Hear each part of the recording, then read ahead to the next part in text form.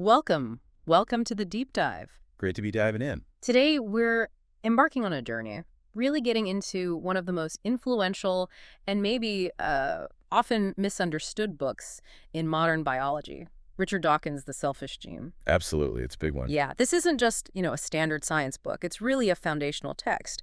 Offers a profoundly different lens, a new way to view evolution and life itself.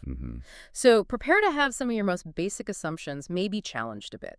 Things about purpose, cooperation, even what it means to be alive. Gently but firmly challenged, as you say. That's precisely our mission today, isn't it? Right. We're here to unpack the core arguments and, honestly, some of the truly surprising insights that come out of this work.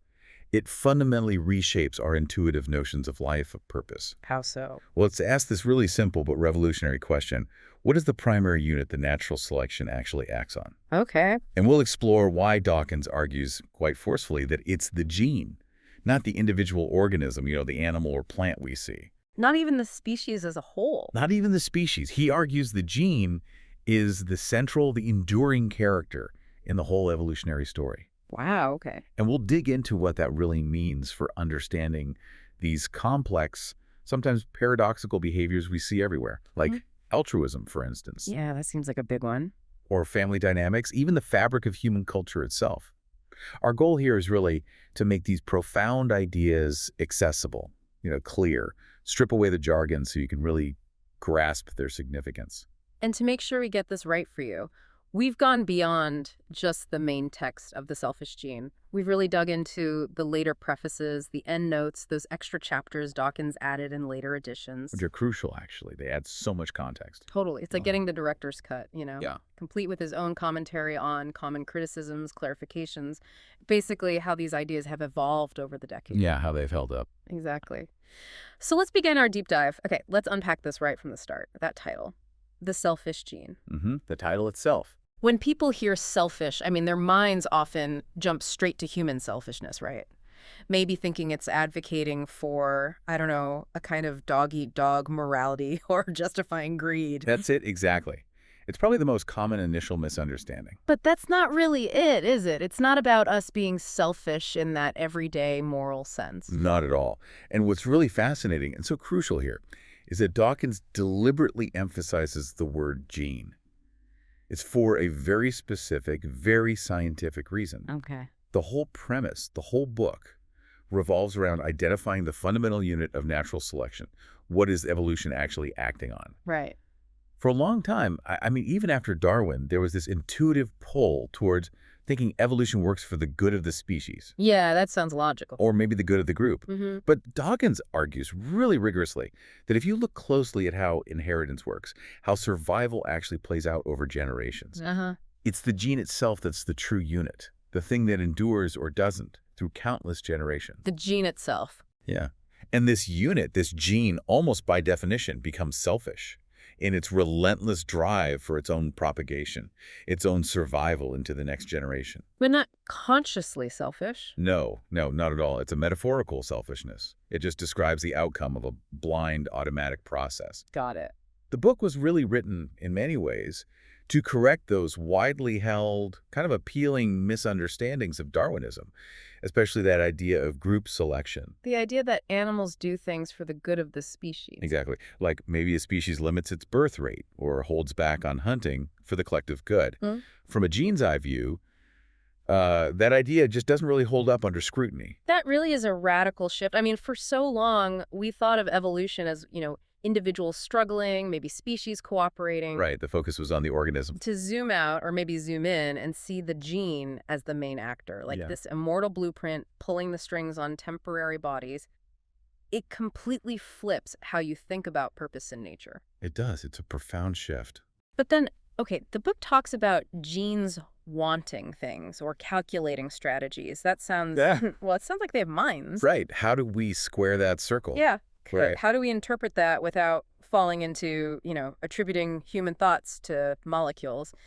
Do genes have little brains deciding things inside our cells? It's a brilliant point, and one Dawkins comes back to again and again to clarify. He uses what he calls an as-if personification. As if? Yeah, it's a literary device, a way of speaking, It's not because he believes genes or even organisms, for that matter, have consciousness or make deliberate choices. Okay, so why use it? He says it's the shortest route to rescuing a Darwinian theorist drowning in muddle. It simplifies these incredibly complex calculations of probabilities of outcomes that would be almost impossible to explain clearly otherwise. Ah, okay, like a shorthand. Exactly. Think of it like this. The great molecular biologist, Jacques Monod, apparently when he was stuck on a complex chemical problem, he'd ask himself, what would I do if I were an electron? Huh, that's interesting. He wasn't seriously suggesting electrons have desires, but it's a way to model their likely behavior based on physical laws. Okay, I see. Or Peter Atkins, the chemist, describing a light beam behaving as if trying to minimize the time taken to travel. He uses that great analogy of a lifeguard on a beach rescuing a swimmer. Oh, yeah, I think I remember that one. The lifeguard instinctively knows, right? Run faster on the sand, swim slower in the water, find that optimal angle to get there quickest. Doesn't consciously do the physics calculation. Exactly. But his successful behavior looks like he did. It achieves the result as if he calculated it. Genes, through natural selection over eons, end up with strategies that work as if they made calculations. So the as-if helps us understand the outcome of selection. Precisely. It's incredibly powerful for simplifying these tricky Darwinian calculations, underlying things like altruism, selfishness, cooperation, spite. Things where, as Dawkins says, it's very easy to get the wrong answer if you don't use this perspective. Makes sense. And W.D. Hamilton, who's a real hero in the book, he famously used similar thinking, imagining a gene, choosing an optimal route through the generations, in his groundbreaking work on why animals help their relatives. Right, kin selection. We'll get to that. We will. But Dawkins gives this really vivid, maybe slightly grim anecdote to show the power of this as-if thinking. The runt example in a litter. Oh, boy. He suggests, from a gene's perspective, a gene might instruct a runt to give up the struggle and die if its survival chances are really low. Why would it do that? That sounds awful. Because that same gene has a 50% chance of being inside the runt's surviving siblings. Its chances in the runt are near zero anyway. Ah, so cutting losses, genetically speaking. Exactly. So the runt should give up and preferably let himself be eaten by his littermates or his parents. Now that sounds brutal. Yeah, really brutal. But the as-if calculation comes to the exact same conclusion as a cold, hard, rigorous genetic calculation about maximizing gene copies in the next generation. It just shows how useful this personification is for us to grasp what's happening at that non-conscious gene level. Wow. Okay, that clarifies the as-if part a lot. Yeah. So what does this really mean for what a gene is then? If it's not just a piece of DNA, how does this immortal replicator idea redefine it? That is absolutely the core concept. The gene, in this evolutionary game, isn't just a physical segment of a chromosome, although it obviously exists as DNA. Right. For natural selection purposes, Dawkins defines a successful gene, a successful replicator, by three key properties: longevity, fecundity, and copying fidelity. Longevity, fecundity, copying fidelity. Okay, break those down. Sure. Longevity just means it lasts a long time, potentially across many, many generations. Fecundity means it's good at making copies of itself. It reproduces quickly or effectively. And copying fidelity means it makes accurate copies, fewer mistakes. Makes sense. So genes are these long-lived replicators. Exactly. Existing as many duplicate copies scattered across different bodies. Now, they're not infinitely long-lived. A specific gene segment, a cistron, can get broken up or changed during crossing over when chromosomes swap bits. Right. During reproduction? But their potential for near immortality, their ability to persist almost unchanged across vast timescales, that's the key. And this goes way back. All the way back to the primeval soup. Imagine this soup filling with molecules that somehow started replicating themselves. Okay. Over time, some of these replicators just happen to be more stable, better longevity. Some happen to reproduce faster, higher fecundity. Some just made fewer errors when copying high copying fidelity. So competition started right away. Ruthless competition. Yeah. It led, Dawkins speculates, to proto-carnivores molecules that figured out how to break up rival molecules and use their parts. Oh, molecular warfare. Pretty much. And others maybe developed protective shields, the first survival machines, the earliest cells, basically, to protect their precious replicating molecules. And these survival machines just got more complex? Bigger and more elaborate over millions of years, developing more ingenious tricks, more complex bodies, better senses, bigger brains, all to improve their efficiency at doing one thing: propagating the genes inside them. So that's the big implication for us. Our bodies are just vehicles. Sophisticated survival machines, built by our genes, purely to ensure their continued existence and propagation into future generations. A good gene, one that spreads, is simply one that's good at building survival machines that live long enough to reproduce successfully. It really changes your perspective on, well, everything. It does. And behaviors that seem altruistic. From the gene's view, they must somehow help that gene spread. Behaviors that seem selfish, probably directly benefiting the gene's propagation. Genes are competing with their rivals, their alleles, for spots on the chromosomes of the future. Okay, so if we are these machines created by our genes, this incredibly powerful idea, how exactly do the genes control us? Is it like literal puppet strings? Are they dictating every single thing we do? It's much more subtle than that. And, frankly, more ingenious. Genes control behavior, as Dawkins puts it, not directly with their fingers on puppet strings, but indirectly, like the computer programmer. Like a programmer. How so? They set it up beforehand. They lay down the blueprint, the basic operating instructions, during development. And then the survival machine, the organism, is largely on its own to navigate the world in real time. Ah, okay. Think of that old sci-fi story, A for Andromeda. Remember that? This distant civilization, 200 light years away. Vaguely, yeah. They could send instructions, like genes sending their code across generations. But they couldn't have a real-time conversation, couldn't intervene directly because of the huge time lag. Right, light speed limitations. Exactly. Genes work on a really slow time scale, too. Building an embryo takes months, right? Yeah. Protein synthesis development, and that's slow work. But behavior is fast. Incredibly fast. Milliseconds. A shadow flashes, a sound rustles the leaves. The nervous system has to react instantly. Genes just can't operate that quickly. So they can only plan ahead. They do their best in advance. They build these exceptionally fast executive computers for themselves, our brains, our nervous systems, and they program them with rules and advice to cope with as many eventualities as they can anticipate, based on what worked for ancestors in the past. Like a chess program. That's a great analogy he uses. A chess programmer doesn't plan out every single possible move sequence. That's impossible. Right. Too many possibilities. Instead, they give the program general strategies, heuristics, opening moves, tactical tricks, things that allow it to respond effectively to countless different situations it hasn't specifically encountered before. Genes program us in a similar, more general way. That's a really clear analogy. So our brains are these fast computers pre-programmed with general strategies. But how do they anticipate? That sounds incredibly sophisticated. It is. And brains contribute massively to success, not just by controlling muscles, obviously, but by processing sensory information and, crucially, by evolving memory. Memory. Okay, that seems key. It was a notable advance, as he calls it, because memory allowed behavior to be influenced, not just by what happened a second ago, but by events in the distant past. Lessons learned, experiences stored. Right. Learning from the past to predict the future. Exactly. Which leads directly to maybe one of the most powerful abilities of advanced survival machines. The ability to simulate. Simulate, like running models. Precisely. Just like, militaries use war games to test strategies without actual risk, or computers simulate economies to predict outcomes. Our brains evolve the capacity to set up a model in our head. An internal world model. Yes. And this lets us predict future events, anticipate consequences, mentally rehearse different responses without the physical danger. The relevance is huge. Because trial and error can be fatal. Exactly. Survival machines that can simulate the future are one jump ahead of survival machines who can only learn on the basis of overt trial and error.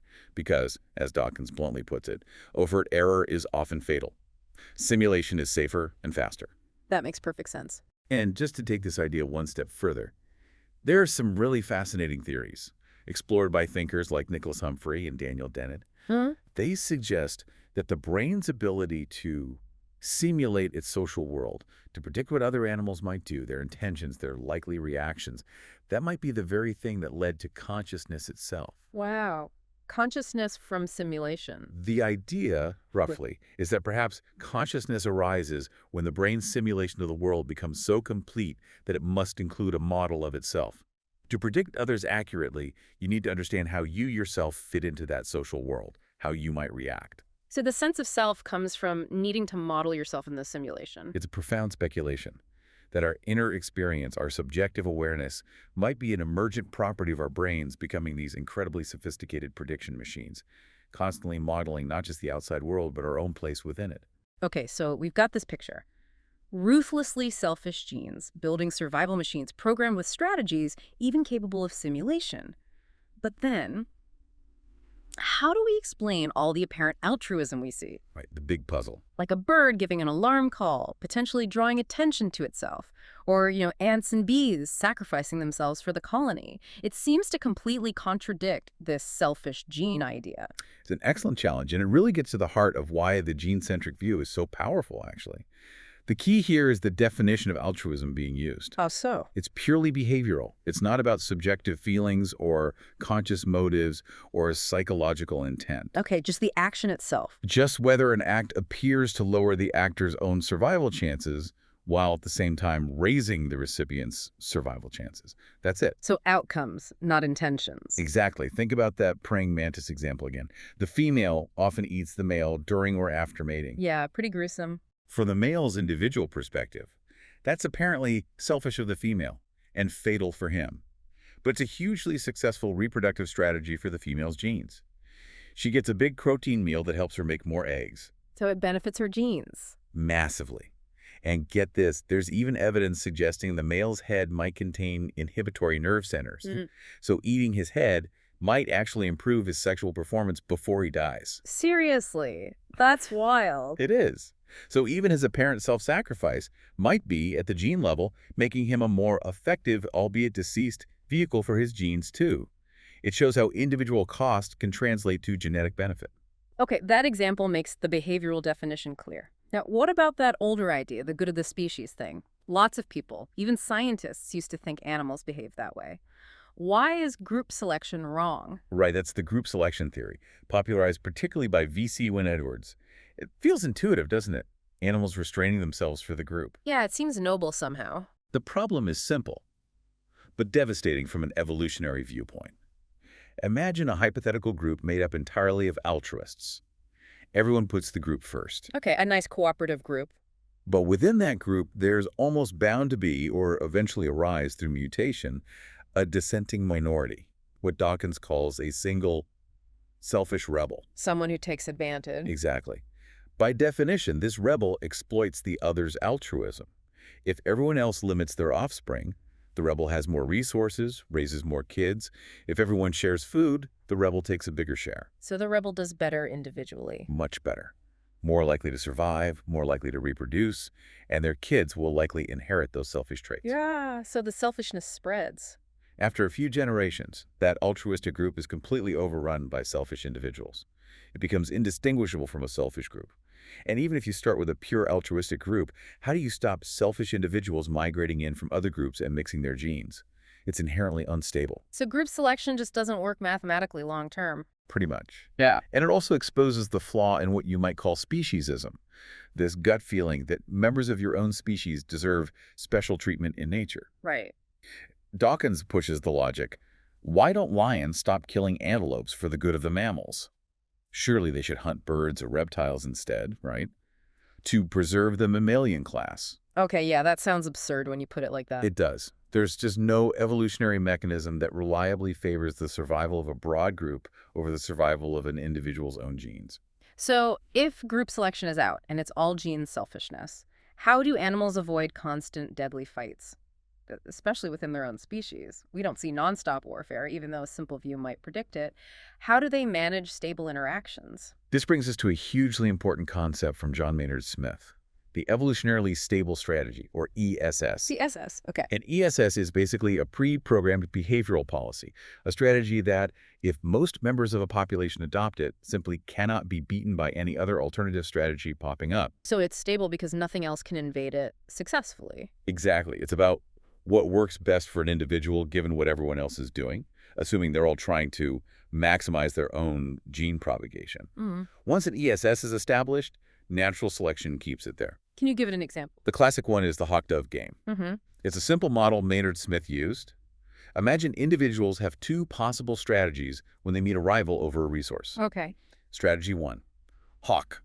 Always fights hard, goes all out, only retreats if seriously injured. Strategy 2. Dove.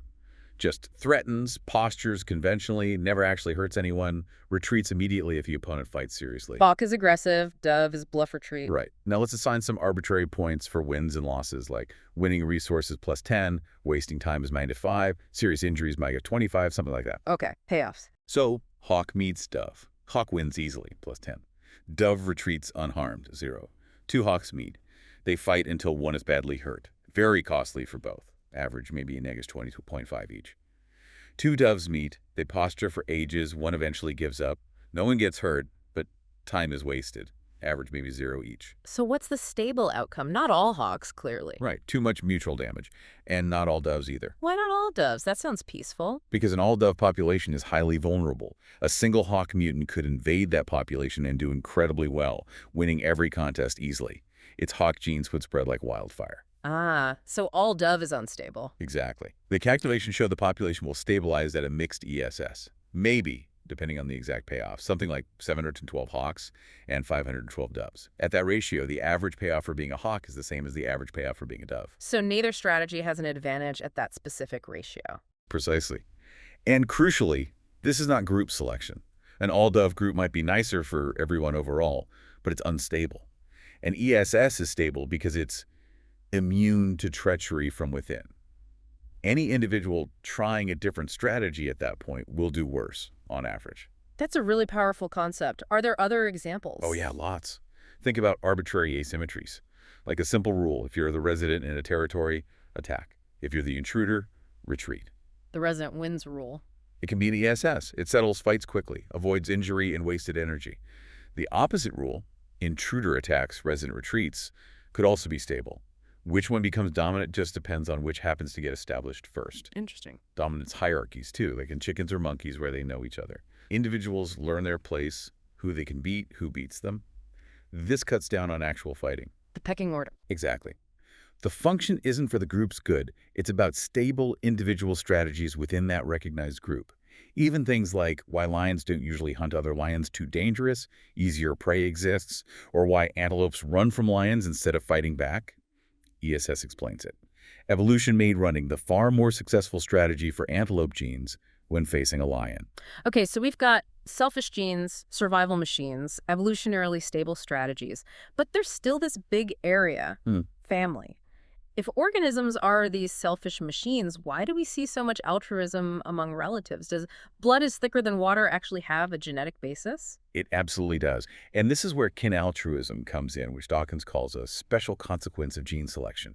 It's the explanation for within-family altruism, and it's based on the index of relatedness. Index of relatedness? What's that? It's basically a measure of how likely you are to share a particular gene with a relative due to common ancestry. The core idea is that a gene can help itself get into the next generation, not just by helping its own bodies survive and reproduce, but also by causing that body to help other bodies that likely contain copies of the same gene.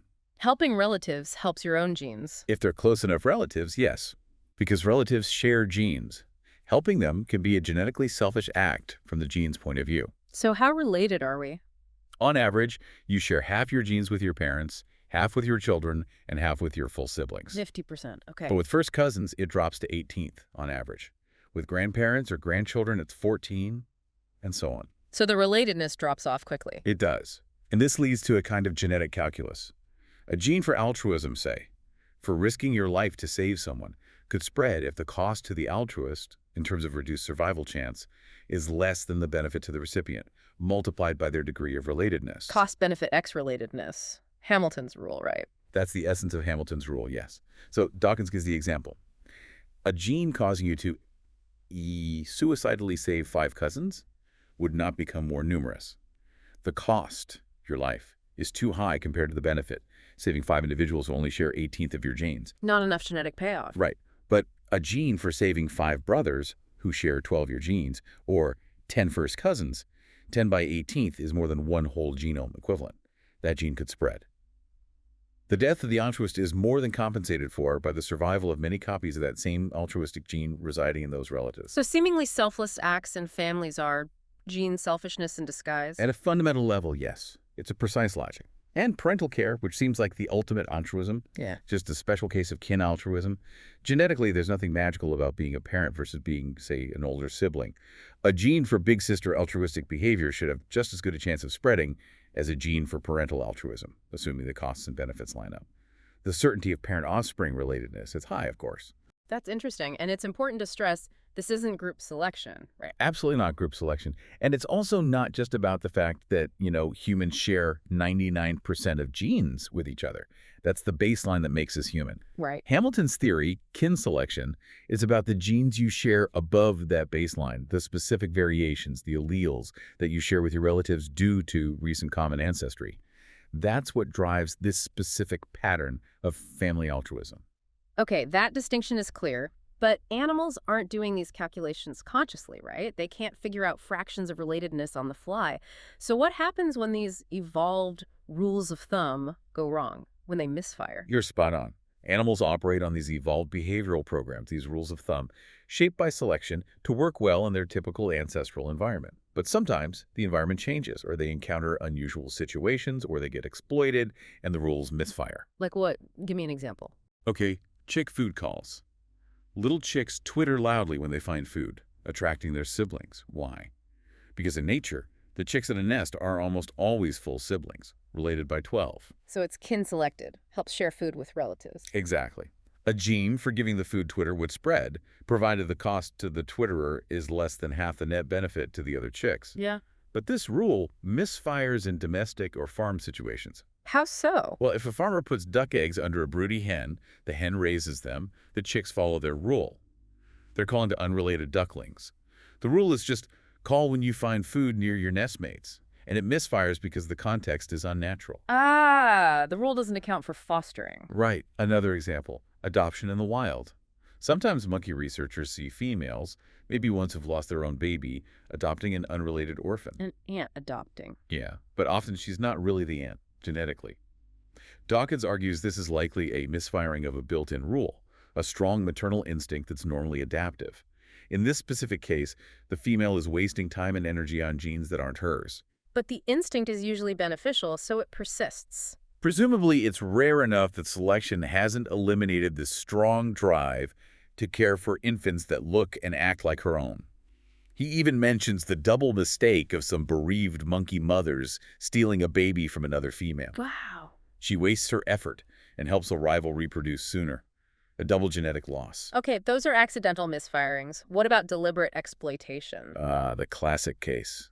Cuckoos, brood parasites. They are masters of exploiting host parents' rules. How do they do it? They exploit the rule. Be nice to any small bird sitting in the nest that you built. Normally, this rule works perfectly because the birds in your nest are your offspring. Right. High probability. Hosts often don't even recognize their own eggs if you move them slightly outside the nest. Why? Because eggs don't normally roll far, so there wasn't strong selection pressure to evolve egg recognition. But they do recognize their chicks. Why the difference? Because chicks can wander. Distinguishing your chick from a neighbor's chick that wandered over becomes crucial once they hatch. The cuckoo exploits this gap. Lay an egg that looks like the host's, and the host's care for thing in my nest rule gets hijacked. Leading to that arms race you mentioned. Exactly, an evolutionary arms race. Cuckoo eggs evolve better mimicry. Host birds evolve sharper eyes to spot the fake's active discrimination. The cuckoo evolves an even better lie, a more perfect mimicry. It's fascinating. It really is. So, okay, if this gene-level calculation is always happening, even unconsciously, does it mean there's conflict within families? A battle? Yes, absolutely. A battle of the generations. Yeah. It might sound horribly cynical, as Dawkins admits, but it follows from the logic. How does that work? I mean, a mother and child surely have aligned interests. Mostly, but not perfectly. A mother is equally related by 12 to all her children, current and future. So from her gene's perspective, she has no reason to have favorites genetically. But she might invest unequally based on expectation of life. It might actually pay a mother, genetically speaking, to refuse to feed a runt, or even in extreme cases, feed him to his brothers and sisters, or to eat him herself. Whoa. Why? To maximize her total lifetime reproductive output. Investing limited resources in stronger offspring, who are more likely to survive and reproduce, might yield more grand offspring overall than investing equally in a runt likely to die anyway. Okay, that's stark. It is, and the conflict is quantitative.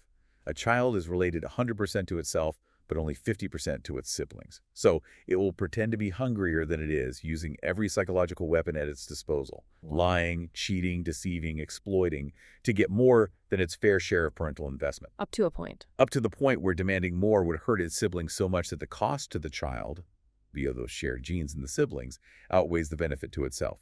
Parents, in turn, have to be alert to this manipulation and potential deception. Can you give an example of this conflict? The baby cuckoo again. When it screams loudly in the nest, it's not just signaling hunger, it's potentially attracting predators. This acts like blackmail. Blackmail? How? The foster parent's genes have been selected to respond urgently to loud screams to save their own nearby chicks from predators. The cuckoo exploits this. Its screaming forces the parents to feed it more, despite the risk, because the parents' own genes compel them to react to the scream. Wow. So the cuckoo is exploiting the parents' own evolved responses. Precisely. Now, it's crucial. Again, this isn't about conscious motives or kids being inherently evil. It's just that natural selection will tend to favor children who do act in this way, because on average, they might get more resources and leave more descendants. Which leads to that sobering conclusion. Yeah. If there's a human moral here, it's that we must teach our children altruism, for we cannot expect it to be part of their biological nature Right. in a way that automatically extends beyond very close kin or reciprocal arrangements. Right. And what about between mates? Is there a similar battle there, the battle of the sexes? Absolutely. Another arena of conflict driven by differing genetic interests. Both partners, genetically, want successful offspring, likely equal numbers of sons and daughters overall. Okay. Agreed goal there. But where they disagree is in who is going to bear the brunt of the cost of rearing each one of those children. Each individual, theoretically, wants to invest the minimum necessary in each child, freeing up resources to potentially have more children, perhaps with other partners. And the female starts off investing more. Exactly. She's committed more deeply right from conception because of that large, food-rich egg, compared to the male's millions of tiny, cheap sperm. So she has more to lose if the offspring fails. Yes, and has already invested more, making her less likely to abandon the investment early on. If desertion happens, it's usually the male who leaves the female holding the baby, literally. The female sex is sort of exploited by this fundamental asymmetry in gamete investment from the very start. Can we model this with strategies like hawk dove? We can. Think about female strategies.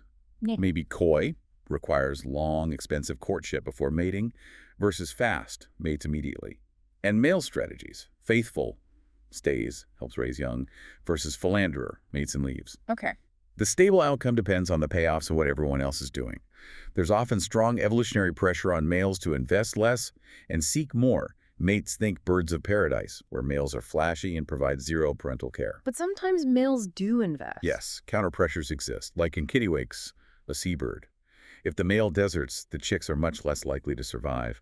The penalty for desertion outweighs the benefit of philandering, pushing towards monogamy and shared care. That becomes the ESS. And things like courtship feeding, a male bird feeding the female. That could be seen as the male investing directly in the eggs, trying to equalize that initial investment disparity. And in the extreme mantis case, the male invests his entire body. Right. Grim investment. Okay, back to those flashy males, like peacocks with huge tails. They seem like a huge liability for survival. Why do they evolve? That's classic sexual selection. Selection for traits that increase mating success, even at a cost to survival. Amatz Zahavi's handicap principle is a key idea here. The handicap principle. Yeah, he argued these costly displays are actually honest signals of quality. A male with such a handicap must palpably demonstrate that they are not deceiving. How so? Only a genuinely high-quality male one with great genes for finding food, resisting disease, avoiding predators, could possibly afford the handicap of dragging around a massive tail or performing energetically costly displays and still survive. A weaker male just couldn't manage it. So the handicap guarantees honesty. That's the idea. It proves he has surplus quality. And modern mathematical models like Alan Grafen's show this strategic choice handicap can indeed be an ESS. Honesty is enforced by the cost. That makes sense. And the general difference in appearance. Males often bright, females drab. Typically, yes. It's a compromise. Attracting mates versus avoiding predators. Since eggs are the relatively valuable resource, females don't need to be as sexually attractive as males to ensure fertilization happens. Males compete more intensely for mating opportunities. And females are usually the choosier sex. Generally, yes. They are more fussy than males about whom they mate with. For good reason. They want to avoid costly mistakes. Like mating with the wrong species. Exactly. Hybridizations, like a horse and donkey making a sterile mule, are a total waste of the female's huge investment in the egg in pregnancy. And avoiding incest, too. Yes, avoiding incestuous mating is also crucial because it dramatically increases the chance of harmful recessive genes coming together, leading to unhealthy offspring. Which brings up human incest taboos. Right. Dawkins makes an interesting point here, countering some anthropological views. The existence of strong social taboos against incest doesn't necessarily mean there's no biological tendency to avoid it. How does he argue that? He uses the analogy of car locks. If Darwinian selection had really built into us an instinctive revulsion against incest, we wouldn't need to forbid it. Maybe the taboo reinforces or compensates for a biological predisposition that isn't foolproof. He finds it highly plausible that incest avoidance in humans is the consequence of strong Darwinian selection due to the severe genetic costs. This has been absolutely fascinating. We've covered genes inside bodies, genes affecting behavior. But you mentioned something earlier, this idea that a gene's influence can reach outside the body, the extended phenotype. That sounds really out there. It is a bit mind-bending at first, but it's a central idea Dawkins developed further in a later book. It's a really profound shift. We usually think of the phenotype as the body, eye color, height, behavior. Like the physical manifestation of the gene? Exactly. The technical word phenotype is used for the bodily manifestation of a gene. Yeah. But the extended phenotype broadens this. It includes any effect a gene has on the world outside its own body, including effects on other organisms that ultimately help that gene propagate itself. Okay, give me an example. Think about caddisfly larvae. These little aquatic insects build protective cases around themselves using bits of stone, sand, twigs. Oh yeah, I've seen those little mobile homes. Exactly. Now, natural selection will obviously favor genes in the caddisfly that cause it to build a better house, one that provides better camouflage, better protection, maybe better water flow. Makes sense. So Dawkins argues a geneticist should recognize genes for house shape just as readily as genes for wing shape. The house isn't part of the caddis body, but it's a product of its genes, built by its behavior, and it directly affects the survival of those genes. The house is part of the gene's expression, its extended phenotype. Precisely. Or consider snails infected by certain parasitic flukes. These snails grow extra thick shells. That sounds like it helps the snail. You'd think so. But it's actually the fluke's genes manipulating the snail's shell-building machinery. They force the snail to build a thicker, stronger shell, not for the snail's benefit, but to better protect the fluke living inside. Wow. The parasite's genes are controlling the host's body structure. Yes. The fluke's genes are reaching out, having phenotypic effects on the snail's body, building a better fortress for themselves. That's incredible. Are there other examples of this parasite manipulation? Oh, absolutely. Back to the cuckoo nestling. That irresistible red supergape, the bright red mouth it shows when begging, it acts like a powerful drug-like superstimulus on the foster parents. It's so potent it hijacks their feeding behavior, making them stuff the cuckoo with food meant for their own young. So the cuckoo's genes for a red gape have effects on the host behavior. Exactly. The cuckoo genes are having extended phenotypic effects on host behavior. They're manipulating the host through this exaggerated signal. Amazing. Or there's this butterfly caterpillar, Thisbe irenia. It recruits ants as bodyguards using sound and nectar. Okay, a bit like aphids. But it gets weirder. It also secretes a volatile potion. This chemical not only makes the ants hyper-aggressive towards potential threats to the caterpillar, but it seems to induce a state of binding. The ants become almost addicted, staying with the caterpillar constantly for days. It drugs them into being loyal bodyguards. Essentially, it looks like mutual altruism, but the caterpillar is drugging them and slipping them something addictively binding. The caterpillar's genes are manipulating ant behavior for their own protection, a clear extended phenotype. Mind blown. Okay, this extended phenotype idea is huge, but it raises a really deep question for me. If genes are selfish and their effects can reach out like this, why do they bother cooperating so intensely within an organism? Why build these complex, unified bodies like us? Why aren't we just a chaotic soup of competing cells and genes? That is indeed a deep problem, as Dawkins calls it. Why gang up? Why didn't genes just stay as free-floating replicators in the soup? The key explanation seems to be the bottlenecked life history. Bottlenecked life history. Yeah, let's use his analogy. Imagine two types of hypothetical pondweed. Wow. Splurge weed and bottle rack. Okay, splurge weed and bottle rack. Splurge weed reproduces vegetatively, just breaks off big, multi-celled chunks, and those grow into new plants. Like taking a cutting. Right. Now, mutations happen during cell division. So within one splurge weed plant, the cells might not all be genetically identical. Some cells might acquire mutations that benefit themselves at the expense of the whole plant. Think cancer cells proliferating wildly. So there's internal conflict. Potentially, yes. Selection could act on individual cells within the plant. They might not collaborate wholeheartedly. The plant could become a disorganized mess of competing cell lineages. Okay, so what about bottle rack? Bottle rack reproduces differently. It releases tiny single-celled spores. Each spore lands, divides, and grows into a whole new multi-celled plant. Ah, starting from one cell. Exactly. This means all the cells in any given bottle rack plant are descended from that single spore. They are essentially genetically identical clones, barring rare new mutations. Their genetic interests are perfectly aligned. So they cooperate better. They happily collaborate in manufacturing efficient survival machines. Right. Because they share the same genes, what's good for one cell is good for all the others in that plant. Selection acts on the whole plant as a coherent unit. And we reproduce like bottle rack. Yes. Complex, multicellular animals, especially those reproducing sexually, go through that single-cell stage, the fertilized egg. That shared bottleneck of sperms or eggs funneling them into the future ensures genetic identity, or near identity, among all the cells of the resulting organism. So the bottleneck enforces cooperation among our cells. Precisely. It aligns the genetic interests of trillions of cells, allowing them to perform incredible acts of self-sacrifice and cooperation to build and maintain a coherent, purposeful individual body. It's the ultimate expression of gene selfishness, building huge cooperative survival machines by ensuring all the parts start with the same instruction manual. Okay, we've journeyed from the gene's eye view through altruism, conflict, extended phenotypes. This genetic evolution explains so much. But what about us humans? What about culture? Ah, yes, culture. Our languages, technologies, customs, they change incredibly fast, way faster than genes can evolve. Are genes still the whole story there, or is something else going on? This brings us to a really radical, maybe the most radical, extension of the whole replicator idea: culture. Dawkins argues that human culture represents a whole new kind of evolution based on cultural transmission. A new kind of evolution. Yeah. He argues it's analogous to genetic transmission in its basic principles, things replicating, varying, being selected, but it operates orders of magnitude faster. Faster how? Think about birdsong, like the saddleback bird he mentions. Their songs can change over generations through imitation. Mistakes happen, innovations occur. These are like cultural mutations, and they get passed on. That's not genetic, it's learned, imitated evolution. Okay, cultural evolution in birds. And in humans, this process is just explosive.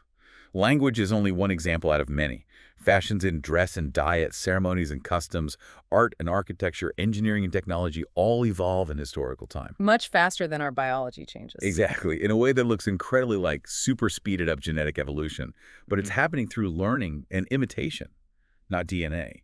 Yeah. Think about science itself, how it demonstrably improves, builds cumulatively. That's not because our genes are getting smarter each generation. It's because we pass on the knowledge, the ideas. Right. It's cultural transmission. So if culture evolves like this, does it have its own selfish replicator, like a gene, but for culture? Precisely. And Dawkins coined a term for it, a term which has, ironically, become an incredibly successful example of itself. The meme. The meme, yes. Defined as the unit of cultural transmission, the cultural equivalent of the gene. And like genes, successful memes need those same properties. Longevity, they stick around. Fecundity, they spread easily.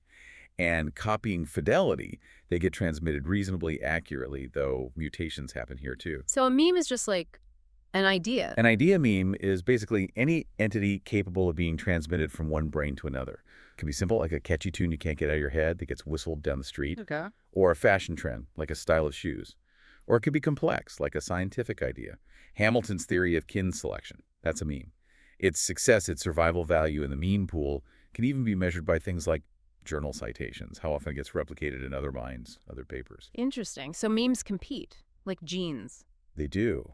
And they often team up. They form co-adapted meme complexes, sets of memes that reinforce each other, helping each other survive and spread. Dawkins gives the example, maybe controversially for some, of the God meme, often being linked with ideas like faith or hellfire. He argues these names are self-perpetuating, partly because they work together psychologically, reinforcing belief and aiding their own transmission. Okay. Are there dangerous memes? He argues yes. He singles out the meme for blind faith, defined as trust in the absence of evidence, even in the teeth of evidence. Why is that dangerous? Because, he argues, it secures its own perpetuation by the simple unconscious expedient of discouraging rational inquiry.